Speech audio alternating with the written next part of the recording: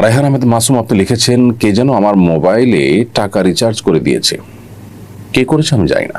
পরবর্তীতে কেউ আমার সঙ্গে যোগাযোগ করেনি। এখন আমার করণীয় কি?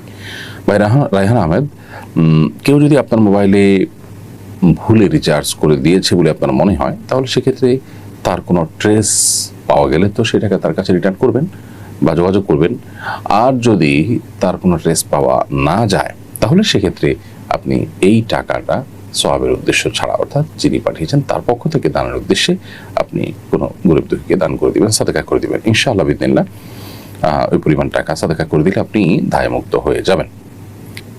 এরপরে প্রশ্ন হলো, সচেতন নাগরিক সমাজ এবং আলেম ওলামাদের বাধা বিপত্তি সত্ত্বেও বাংলাদেশে মানবাধিকার কমিশনের কার্যক্রম শুরু করেছে জাতিসংঘ।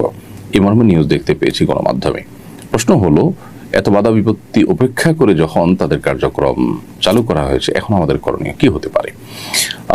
খুবই দুর্ভাগ্যজনক একটি বাস্তবতা। বাংলাদেশে জাতিসংঘের মানবাধিকার কমিশনের কার্যক্রম নিয়ে এত আপত্তি তোলা হয়েছে এবং জাতিসংঘ সদস্যভুক্ত এতগুলো দেশের মধ্যে সামান্য হাতে গোনা কয়েকটি দেশে মাত্র তাদের কার্যক্রম চলমান আছে এবং সে দেশগুলো যুদ্ধরত কিংবা গৃহযুদ্ধে লিপ্ত অনেকটা। তো সেরকম একটা পরিস্থিতিতে যখন এই কমিশন কার্যক্রম চালু করে কোনো দেশে, সেরকম একটা কমিশন বাংলাদেশে এসে তাদের কার্যক্রম পরিচালনা করবে, এটা আমাদের জন্য খুবই অপমানজনক এবং দুর্ভাগ্যজনক। জাতিসংঘ মানবাধিকার কমিশনের কার্যক্রম, এটা নিয়ে নানা প্রশ্ন জনমনে রয়েছে এবং পৃথিবীতে তারা মানবাধিকার প্রতিষ্ঠার যে কাজটা সেটা করতে দারুণভাবে ব্যর্থ হয়েছেন। ফিলিস্তিন সহ মধ্যপ্রাচ্যে এবং পৃথিবীর বিভিন্ন প্রান্তে ছড়িয়ে ছিটিয়ে থাকা গণহত্যা, মুসলমানদের নিধন, অন্যদেরকে নিধন, এর কোনোটি তারা সেভাবে বন্ধ করতে পারেনি। অথচ মানবাধিকারের নামে তারা সমাজের মূল্যবোধ পরিপন্থী যে সমস্ত কার্যক্রম আছে সেগুলোকে তারা দ্বিধার্থে পরিচালনা করছে বিভিন্ন দেশে। তাদের ব্যাপারে অভিযোগ আজকে নতুন নয়। কেন বিভিন্ন দেশ তাদেরকে অ্যাকসেপ্ট করতে চায় না, অথচ আমরা তাদেরকে অ্যাকসেপ্ট করছি এবং অনেকটা খাল কেটে কুমির আনার মতো কাজ করছি, সেটা সরকারের ঊর্ধ্বতন মহলই একমাত্র বলতে পারে। খুবই দুর্ভাগ্যজনক একটি বাস্তবতা হলো যে ইন্টারিম গভর্নমেন্ট তাদের যে কাজগুলো আছে সে কাজগুলোর বাইরে এমন অনেক কাজ করছে যে কাজগুলো করার জন্য তারা না জনগণ থেকে ম্যান্ডেট পেয়েছে, না সেগুলো আসলে তাদের কাজের আওতায় পড়ে।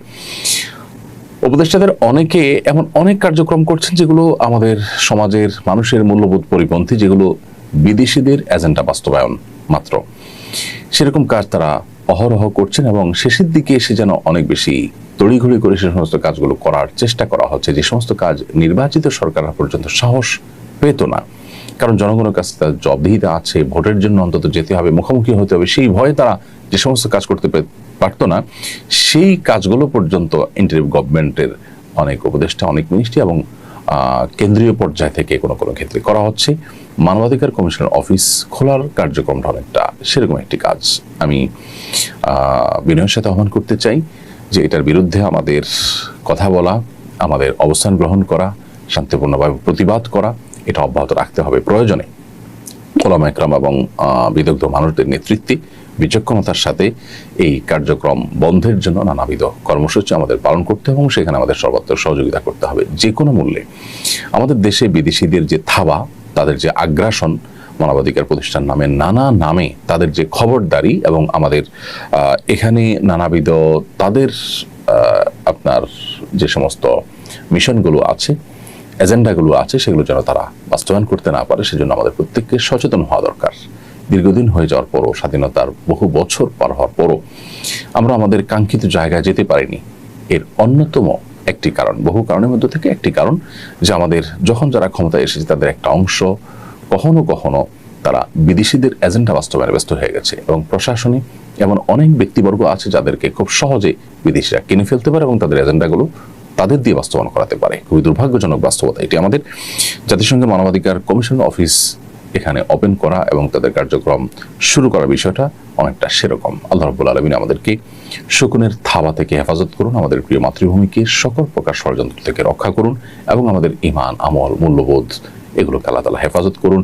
আমাদের স্বাধীনতা, সার্বভৌমত্ব যাতে কোনোভাবে নষ্ট না হয়, এ দেশটাকে যাতে কোনোভাবে বিভক্ত করার চক্রান্ত কেউ করতে না পারে।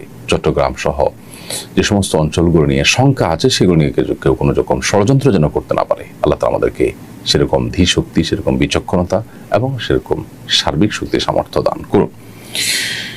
এরপর পরে প্রশ্ন করেছেন এমডি দুলাল ইসলাম, আপনি লিখেছেন, আমি কাঁচামালের দোকানে কাজ করি, আমাকে মিথ্যা কথা বলতে হয়, কালকের মাল আজকের বলে বিক্রি করতে হয়, আমার করণীয় কি? মিথ্যা না বললে চাকরি চলে যাবে।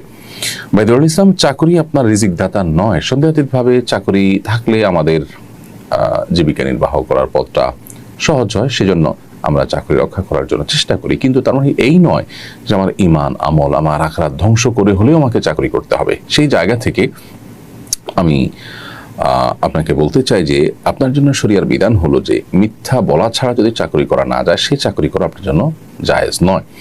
চাকরি করে আপনি জীবিকা নির্বাহ করবেন, কিন্তু মিথ্যা বলে তো আপনি আপনার জাহান্নামের পথ সুগম করবেন।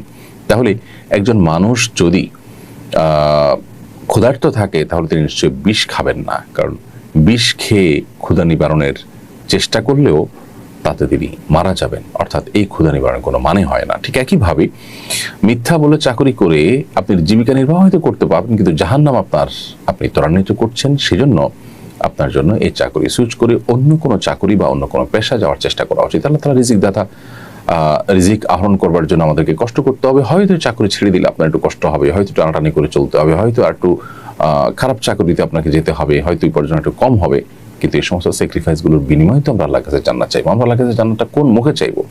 আমি আমার সব কিছু ঠিক রেখে যদি আল্লাহর কাছে জান্নাত প্রত্যাশা করি, সেটা তো সঠিক প্রত্যাশা হবে না। অতএব আপনার উচিত এই চাকরি বাদ দিয়ে অন্য কোনো চাকরিতে যাওয়া, কিংবা মালিককে সাফ জানিয়ে দেওয়া যে আমি তোমার এই কাজের জন্য মিথ্যা বলতে পারবো না।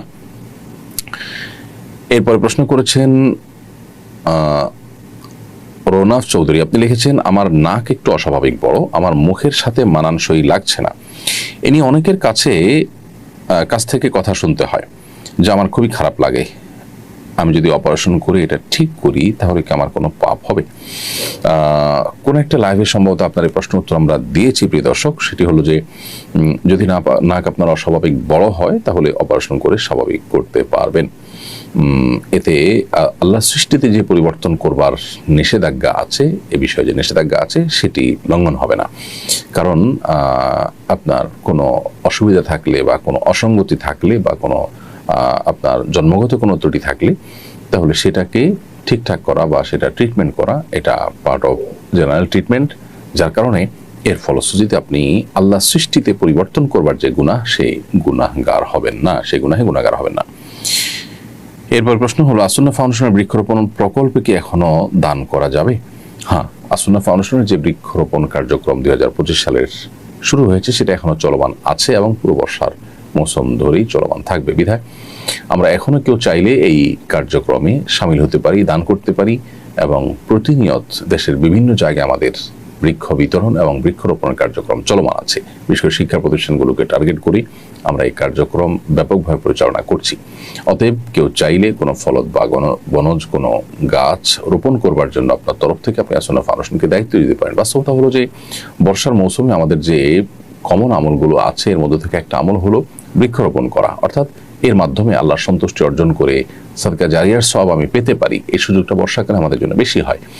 তো আমরা যারা শহরে বসবাস করি, আমাদের চাইলেও আসলে নানান সীমাবদ্ধতার কারণে বৃক্ষরোপণ করবার সুযোগ হয় না। অতএব আসুন্নাহ ফাউন্ডেশন আমাদের জন্য সেই সুযোগটা করে দিয়েছে যে এ ধরনের মানুষদের তরফ থেকে মাত্র 100 টাকায় একটা গাছ রোপণ করার উদ্যোগ নিয়েছে। সো আমরা চাইলে 100 টাকা দান করে একটা গাছ আমাদের তরফ থেকে যেন রোপণ করা হয়, তার জন্য উদ্যোগ নিতে পারি। অতএব 10টা গাছ রোপণ করার জন্য আমি 1000 টাকা দান করি, আসুন্নাহ ফাউন্ডেশনকে দায়িত্ব দিতে পারি। আমার তরফ থেকে দেশের বিভিন্ন জায়গায় 10টা গাছ রোপণ করা হবে ইনশাআল্লাহ। এই 10টা গাছ থেকে যদি একটা গাছও টিকে যায় এবং বেঁচে যায়, তাহলে সেক্ষেত্রে সাদকা জারিয়ার সওয়াব যতদিনই গাছ থাকবে আমার আমল যেতে থাকবে ইনশাআল্লাহ। বিদিনিল্লাহ নিজেদের তরফ থেকে, নিজেদের মৃত আত্মীয়স্বজনের তরফ থেকে আমরা এই আমলটি করতে পারি। এরপর প্রশ্ন করেছেন এম হাসান বাপ্পি, আপনি লিখেছেন, ওয়েস্টের কালচারে নতুন বছর উদযাপন করতে গিয়ে আমার খালাতো ভাই মদ্যপান করে ফেলে, পরে সে অনুতপ্ত হয়, এর কিছুদিন পর সে ওমরা করে, তার ওমরা কবুল হবে কিনা? কেউ কোনো গুনাহে লিপ্ত হলে সেটা মাদক সেবন হোক বা অন্য কোনো গুনাহে লিপ্ত হলে তিনি যদি অনুতপ্ত হয়ে আল্লাহ তাআলার কাছে খালেস অন্তরে তওবা করেন, আশা করে যে আল্লাহ তাআলা তাকে মাফ করবেন। কারণ আল্লাহ রাব্বুল আলামিন কোরআনে কারীমে আমাদেরকে নির্দেশ করেছেন, ওয়াতুবু ইলাল্লাহি জামিআন আইয়ুহাল মুমিনুন, হে ঈমানদাররা তোমরা সবাই আল্লাহর কাছে তওবা করো। আল্লাহ বলেছেন ইন্নাল্লাহা ইয়াগফিরুয যুনুবা জামিআ, আল্লাহ তোমাদের সব গুনাহ মাফ করে দিবেন। সো তওবা করা উচিত এবং আল্লাহ তাআলা আমাদেরকে মাফ করবেন সেই প্রত্যাশা রাখা উচিত। অতএব সেই গুনাহের পর যখন তিনি অনুতপ্ত হয়েছেন, তওবা করেছেন, তারপর তিনি উমরা করলে সে উমরা যথাযথভাবে করে থাকলে ইনশাআল্লাহ কবুল হতে পারে। আল্লাহ তাআলার কাছে সেই প্রত্যাশা তিনি অবশ্যই রাখতে পারে।